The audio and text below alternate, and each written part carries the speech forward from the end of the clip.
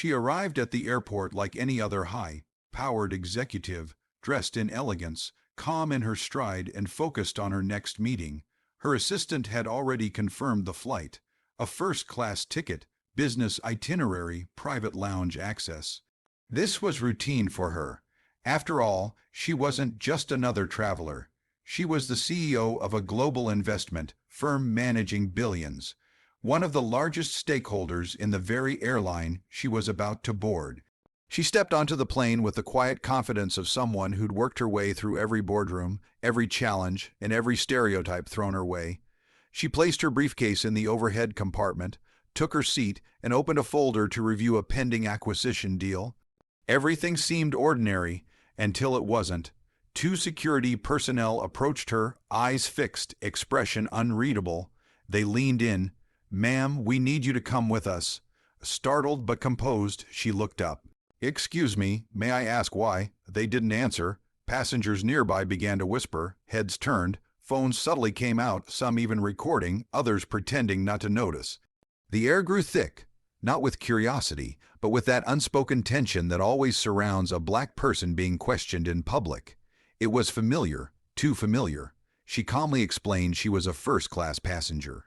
Showed her boarding pass, her ID, even offered to call her assistant. Still, they insisted. No explanation, no eye contact, just forceful, rehearsed authority. They didn't know who she was, and worse, they didn't care.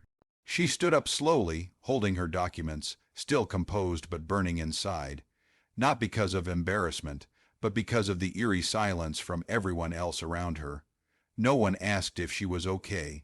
No one questioned the officers. It was as if everyone had accepted that someone like her being removed was normal, justified, routine.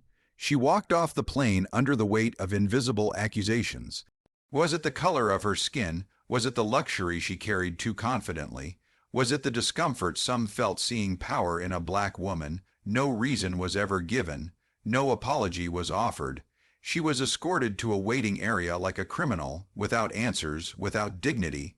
The same airline she had helped save during the pandemic. The same one she had invested in when everyone else pulled out. The same brand that displayed token diversity in its ads, yet failed to see the humanity in her face. As she sat alone, staring out the glass window at the plane she was no longer allowed to board, one thought rose above the rest. They don't know who I am, but they're about to. She didn't storm out of the terminal. She didn't call the press. She didn't post a video exposing the airline. That wasn't her style. She had learned long ago that real power doesn't always scream it acts.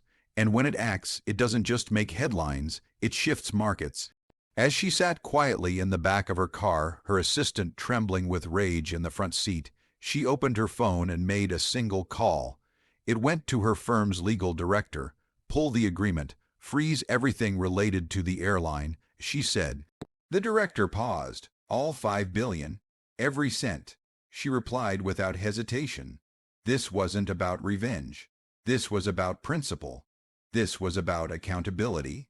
This was about telling the world that you don't get to profit off diversity in your brochures while disrespecting it in real life.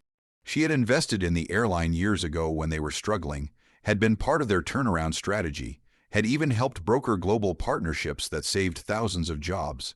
And yet, in the end, none of it mattered, not to the ones who judged her on appearance alone. Within 24 hours, her company announced its formal withdrawal of $5 billion in funding and equity support. The press release didn't mention her name. It didn't need to. The message was clear to anyone who paid attention.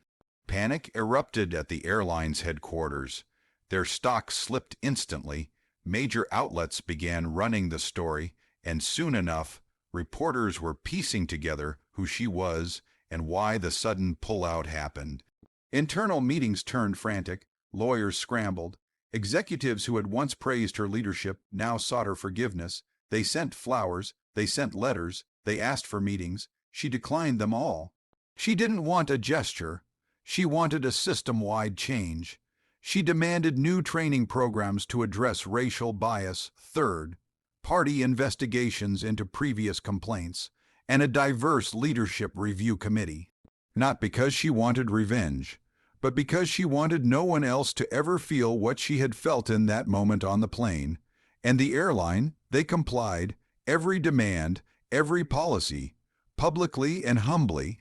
What they hadn't realized, what so many failed to understand, is that the same woman they dismissed in silence had the power to break their silence across the world, not through anger, through action, through influence, through the currency of leadership.